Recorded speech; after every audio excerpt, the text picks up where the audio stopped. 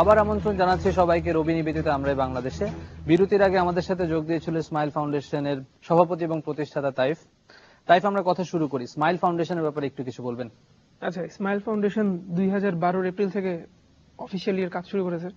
এখন আমাদের 4টি স্কুল আছে, ঢাকায় একটা, বাকি 3টা ঢাকার বাইরে। এবং আমরা সবসময় স্কুলগুলো করি এমন জায়গায় যেখানে আর কোনো স্কুল সাধারণত নাই, খুব রুরাল প্লেসেস গুলাতে। তো 250-র উপরে স্টুডেন্ট পড়ছে এখন ফ্রিতে আমাদের স্কুলগুলোতে। এছাড়া আমাদের এই রানা প্লাজার পরে আমরা একটা রিহ্যাব করেছি গাজীপুরে।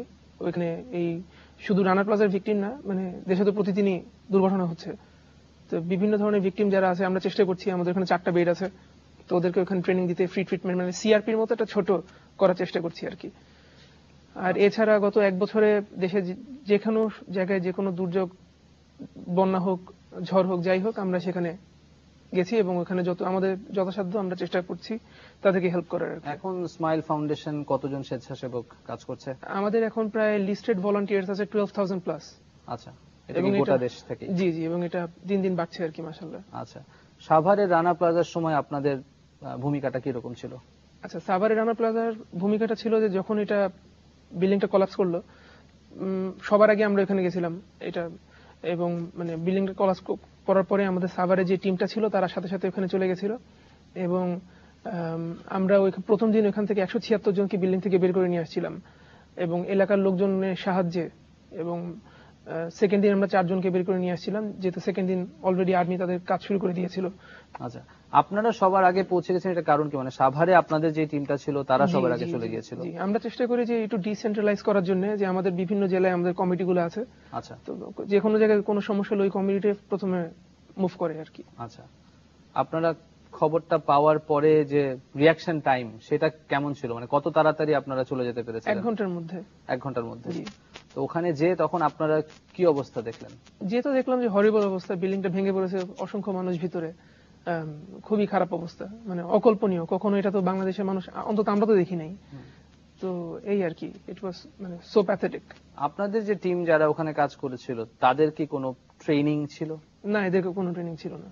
তাহলে এই পুরো ব্যাপারটা কিভাবে করে আপনারা? কিভাবে করে হয়েছে এটা উই ডোন্ট নো, মানে হয়ে গেছে আর কি সামহাও। মানে যেখানে বিল্ডিং ভাঙতে হবে আমরা ভেঙেছি, যেখানে রড কাটতে হবে কেটেছি। মানে আমাদের মিশনই ছিল যে কিভাবে করে এদেরকে বাইরে বের করে নিয়ে আসা, যাদের অন্তত কোনো কিছু ওখানে আটকায় নাই। সমস্যা হয়নি যেহেতু ট্রেনিং ছিল না?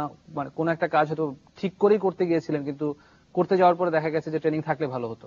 অফকোর্স, কারণ আমাদের অনেক ভলান্টিয়ারের মানে মেন্টালি তো অনেকের সমস্যা হয়েছেই, যেহেতু ট্রেনিং ছিল না। ফিজিক্যালি অনেকের হাত কেটেছে, পা কেটেছে, হ্যাঁ, অনেক রকম ভাবে ইনজিউর্ড হয়ে গেছে আমাদের ভলান্টিয়ার্সরা। সাভার আমাদেরকে আসলে শিখিয়েছে অনেক কিছু। আমরা দেখেছি যে সবাই একসাথে করে কিভাবে করে এরকম একটা বিপর্যয় মোকাবেলা করা যায়। আমরা একটা ছোট্ট প্রতিবেদন দেখে আসি সাভারের উপরে। সাভার আমাদের দেখিয়েছে একটি দুর্ঘটনার ভয়াবহতা কত নির্মম হতে পারে। সাভার আমাদের বুঝিয়েছে আপনজনের লাশটিও ফিরে না পাওয়ার যন্ত্রণা কতটা কষ্টের হতে পারে। সাভার আমাদের শিখিয়েছে সবকিছু হারিয়েও শুধু বেঁচে থাকার যুদ্ধ কতটা কঠিন হতে পারে।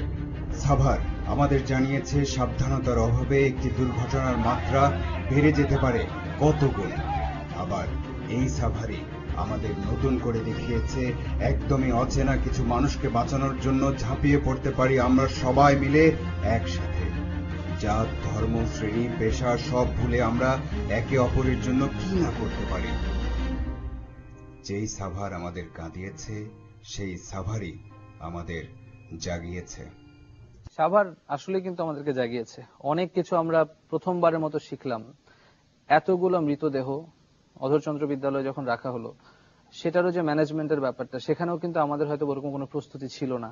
অথবা আপনার এরকম অনেক ঘটনা হয়তো ওই সময় দেখেছেন, সেরকম একটা দুটা ঘটনাকে আমাদেরকে একটু বলবেন যেগুলো ওই সময় দেখা। মানে ঘটনা তো আসলে এগুলা, মানে কি আর বলবো, যে বিল্ডিংটা যখন ভেঙে পড়েছে, এরকম আছে যে একটা মেয়ে ছিল যাকে, এ নামে ডক্টরও ছিল, আমরাও ছিলাম প্রথম দিন। তোর অর্ধেক বডি ছিল হলো আপনার বিল্ডিং এর ভিতরে, অর্ধেক বাইরে ছিল। হ্যাঁ, তো ওকে বের করতে হলো, পেটটা কেটে বের করতে হবে। মানে ওকে আমরা দেখতে পাচ্ছি, সবকিছু করতে পারছি, বাট ওকে আমরা আনতে পারবো না, because like she was stuck in such a way যে ওকে বের কোনোভাবেই সম্ভব ছিল না। এবং তার চেয়ে বড় কথা হলো যে ওই দিন যখন আমরা ওইখানে রাত্রেবেলা ছিলাম, প্রথম দিনের রাতের কথা, তো আমরা যখন একটু সরে আসলাম, এর কিছুক্ষণ পরে পিছন দিকের দেয়ালটা আবার ভেঙে পড়লো ওই মেয়েটারই উপরে। তো আমাদের যদি প্রপার ইকুইপমেন্টস থাকতো হয়তো আমরা কোনোভাবে ওকে ওখান থেকে বের করতে পারতাম, বা এটাই একটা খুব খারাপ একটা ঘটনা। আচ্ছা, আরেকটা হচ্ছে যে ডিজাস্টার হয়ে যাওয়ার পরে যে রিহ্যাবের কথা বলছিলেন, সেটাও কিন্তু খুবই জরুরি একটা ব্যাপার। সেইখানটাতে আপনারা বলেন যে 4টা বেড নিয়ে আপনারা একটা কাজ করছেন, এটাকে নিয়ে আরো কোনো পরিকল্পনা আছে? জি, আসলে দেখেন আমাদের দেশে মানে এই ডিসেবলদেরকে নিয়ে কিন্তু খুব বেশি কাজ যে হচ্ছে তা কিন্তু না, হচ্ছে ছোট ছোট অনেক রকম। এখন পর্যন্ত কিন্তু সবচেয়ে বড় কাজ করছে সিআরপি, এবং গত প্রায় 40 ইয়ার্স ধরে ওরাই এই সার্ভিসটা দেশের মানুষকে দিয়ে আসছে। তো আমরা যেহেতু ইয়াং, এখন আমরা চিন্তা করলাম যে আমরা কেন ছোট করে শুরু করব না, আমাদের লিমিটেড রিসোর্সেস গুলো কাজে লাগায়। এখানে অনেকে সাহায্য করছেন আমাদেরকে এটাকে, তো আমরা ওদের মতো করে ছোট করে শুরু করেছি, যে শুধু রানা প্লাজা ভিকটিম না, প্রতিদিন অন্যান্য ভাবে যারা ডিসেবল হয়ে যাচ্ছেন, বিভিন্ন ওয়ার্কার্স আছে, বিভিন্ন গরিব মানুষ আছে, বাস, ট্রাক, লঞ্চ, বিভিন্ন জায়গাতে অ্যাক্সিডেন্ট হচ্ছে, ওদেরকে কোনোভাবে করে আমরা ট্রেনিং দিয়ে so that they don't become a burden to our country. ওদেরকে কম্পিউটার, তারপর ইলেকট্রিক্যাল, হ্যান্ডিক্রাফটস, বিভিন্ন ধরনের ট্রেনিং আমরা ওদেরকে দিচ্ছি ফ্রি ট্রিটমেন্টের পাশাপাশি। স্মাইল ফাউন্ডেশনে যদি কেউ স্বেচ্ছাসেবক হিসেবে কাজ করতে চায়, সেটার প্রক্রিয়াটা কি? এটা কোনো প্রক্রিয়া, ইচ্ছা করলেই হয়ে যাবে। আপনাদের সাথে যোগাযোগটা কিভাবে করবে? এটা আমাদের ফেসবুক পেজ আছে, গ্রুপ আছে, আমাদের নাম্বার আছে, অফিসিয়াল নাম্বার, ওখানে ফোন করে বললেই হবে যে ভাই আমরা কাজ করতে চাই। আচ্ছা, এই সিআরপির কথা বললেন, এরকম আরো তো নিশ্চয়ই অনেকে ওই সময় সাহায্য করেছিল, জি, তাদের ব্যাপারে কিছু যেরকম বলতে আমি চান? সবচেয়ে বেশি বলতে চাই যে যেমন রোকে ফাউন্ডেশন ওই সময় অনেক হেল্প করেছিল, ডালি আপু এখানে, এছাড়া সাপার আপু অনেক হেল্প করেছিল, আপনার শাহরিয়ার ভাই, তারপর আপনার ওখানে আরো অনেক অর্গানাইজেশন গিয়েছিল, যেরকম জেসিআই, ওরা অনেক খাবার পাঠিয়েছিল, আমাদের ইরেশ ভাই, উনি প্লাস এরকম যারা আছেন এটা আরেকটা আমাদের শিক্ষা এবং আরেকটা দৃষ্টান্ত আমরা দেখলাম, সেটা হচ্ছে সামাজিক যোগাযোগ মাধ্যমের ভূমিকা। রাইট, অনেক সাহায্য করেছে আমরা জানি। জি, আমরা একটা ছোট্ট একটা প্রতিবেদন দেখি যে ওই সময়টাতে যারা সামাজিক যোগাযোগ মাধ্যমকে ব্যবহার করে সাহায্য করছিলেন, তারা আসলে কি কি করেছিলেন।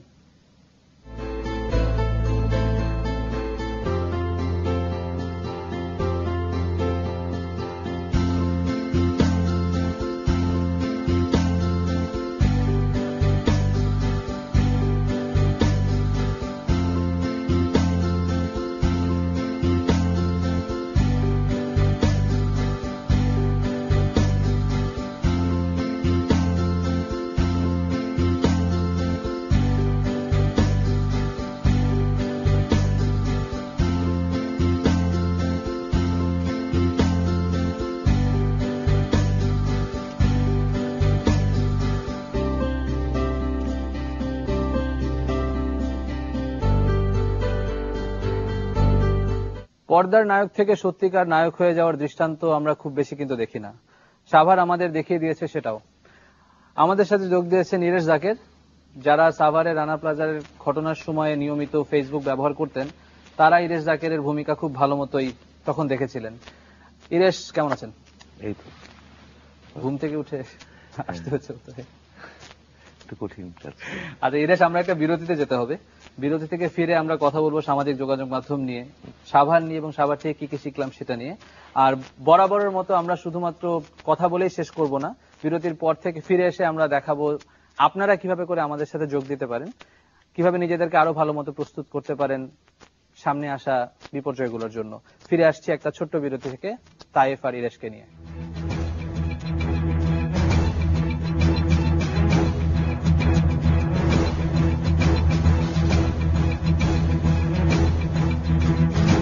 আমরাই বাংলাদেশ, সৌজন্যে